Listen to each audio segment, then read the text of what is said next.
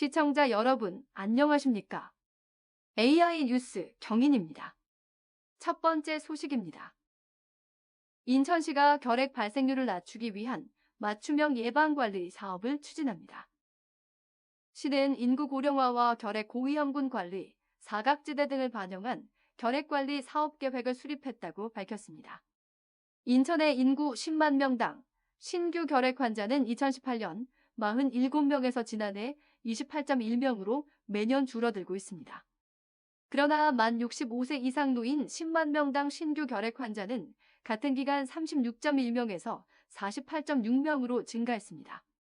이에 따라 시는 결핵 발병률이 높은 노년층과 발병 전파 가능성이 큰 노숙인 등 의료 취약계층을 대상으로 조기 발견과 치료를 위한 예방, 관리 사업을 진행하기로 했습니다.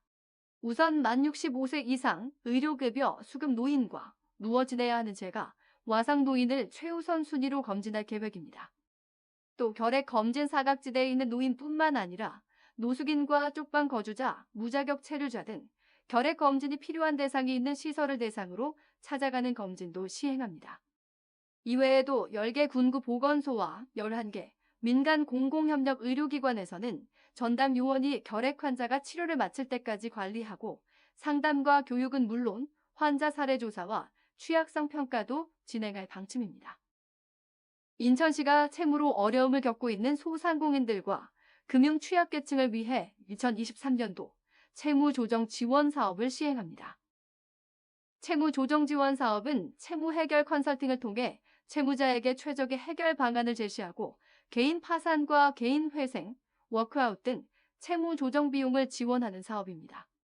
인천시는 소상공인들과 금융 취약계층의 재기를 돕기 위해 지난 2018년부터 2,023명의 채무 조정 비용을 지원한 바 있습니다. 채무 조정 상담과 지원 문의는 인천시 소상공인 서민금융복지지원센터에서 받고 있습니다. 경기도는 전세 피해로 인한 긴급 주거 지원 대상자가 공공임대주택으로 이주 시 가구당 최대 150만 원을 지급하는 방안을 추진하고 있습니다. 경기도는 지난달 보건복지부에 긴급지원주택 입주자 이주비 지원에 대한 사회보장제도 신설협의를 신청하고 결과가 6월쯤 나올 것으로 예상하고 있습니다. 긴급지원주택 입주자 이주비 지원 대상은 도민 중 전세 피해로 긴급주거지원 대상자로 선정되고 도내 긴급지원주택으로 주거 이전하는 경우입니다. 전세 피해로 인한 퇴거 명령, 불가피한 이주 등으로 당장 거처할 곳이 없으면 전세 피해 지원센터로부터 전세 피해 확인서를 받아 긴급 주거 지원 대상자로 선정받을 수 있습니다. 부천시가 최근 급증하는 전세 사기 피해를 막기 위한 종합 방지 대책을 수립해 행정 지원에 나섭니다. 이에 따라 부천시는 중개사무소의 불법 중개 행위 지도 단속, 임대사업자 위반 사항 관리 등 주택과 관련한 불법 행위를 사전 차단하는 데 주력할 방침입니다. 또 깡통전세 상담 창구를 운영하는 등 피해자가 긴급 주거 지원을 받을 수 있도록 피해 지원책도 마련할 예정입니다. 김포시가 교육 환경 개선을 위해 학교 30곳에 56억여 원을 지원합니다. 이에 앞서 김포시는 현장 조사와 심의위원회를 거쳐 지원이 필요한 학교를 확정했습니다. 환경 개선비는 오래된 냉난방기 교체나 조명, 방송시설 교체, 운동장이나 통학로, 포장, 체육관 정비에 쓰입니다. 이와 함께 김포시는 올해 신풍초등학교와 감정초등학교는 체육관 건립도 지원합니다. 체육관은 학사 시간 외에 개방해 주민들을 위한 시설로 활용하는 안을 검토하고 있습니다.